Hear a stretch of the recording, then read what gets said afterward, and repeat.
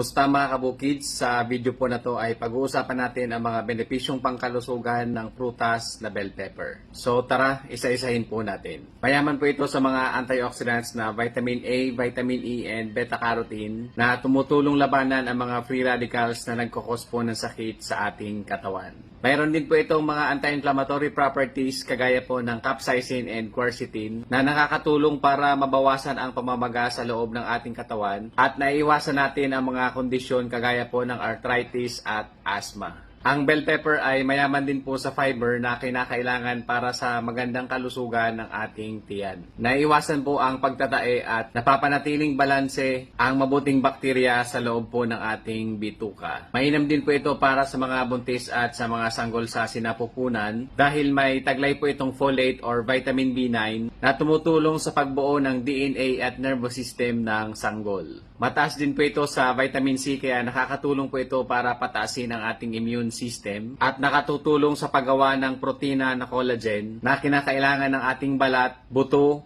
kasukasuan at mga tissues. Nakakatulong din po ang bell pepper para sa paglinis at pagpapaluwag ng daanan ng hangin sa ating katawan dahil may anti-inflammatory at expectorant properties po ito. Kaya naiiwasan po ang ubo, sipon at iba pang respiratory infection.